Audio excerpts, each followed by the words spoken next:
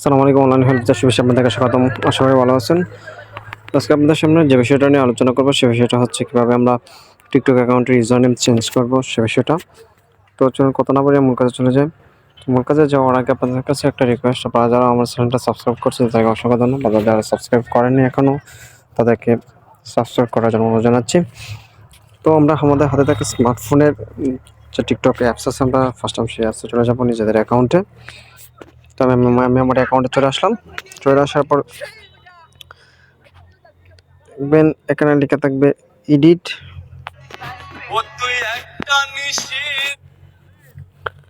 দেখতেছেন আমি আমার প্রপারে চলে আসছি। চলে আসার পরে যে দেখতেছেন এখানে এডিট প্রপার লেখা, সেই এডিট প্রপারে ফার্স্ট টাইম ক্লিক করে দেবো। ক্লিক করার পর এখানে দেখতেছেন উপর লেখা আছে নেম, ইউজার নেম। তার নেম তো এখানে দেওয়াই আছে যে আমিন। তো ইউজার নেমটা জানি কেমন M3133 এরকম লেখা আছে। তো এটা আমরা চেঞ্জ করবো। তো ফার্স্টে আমরা ইউজার নেম ক্লিক করবো। ক্লিক করার পর উপরে চলে আসছে দেখেন। তখন এখানে আমরা আমাদের নামটা লিখবো, দেখে নেন কিনা।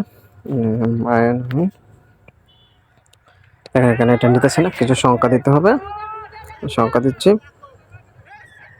সংখ্যা দেওয়ার পর নিতেছে না, ওটা কিছু সংখ্যা দিতে বলতেছে।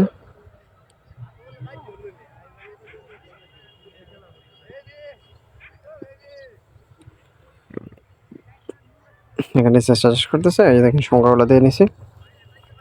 তো এটা চেঞ্জ করার আগে একটা গুরুত্বপূর্ণ কথা বলে রাখি, আপনার ইউজার নেম কিন্তু প্রতি 7 দিন পর চেঞ্জ করতে পারবেন। 7 দিনের ভিতরে আবার চাইলেও চেঞ্জ করতে পারবেন না।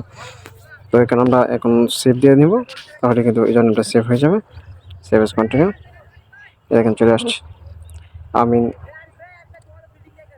3456 752। তো আশা করি বিষয়টা বুঝতে পারছেন। বিষয়টা যদি আপনাদের কাছে ভালো লাগে থাকে, বিন্দুমাত্র কাজে এসে থাকে, তাহলে ভিডিওটা লাইক ও সাবস্ক্রাইব করে আমার পাশে থাকুন। ধন্যবাদ সবাইকে।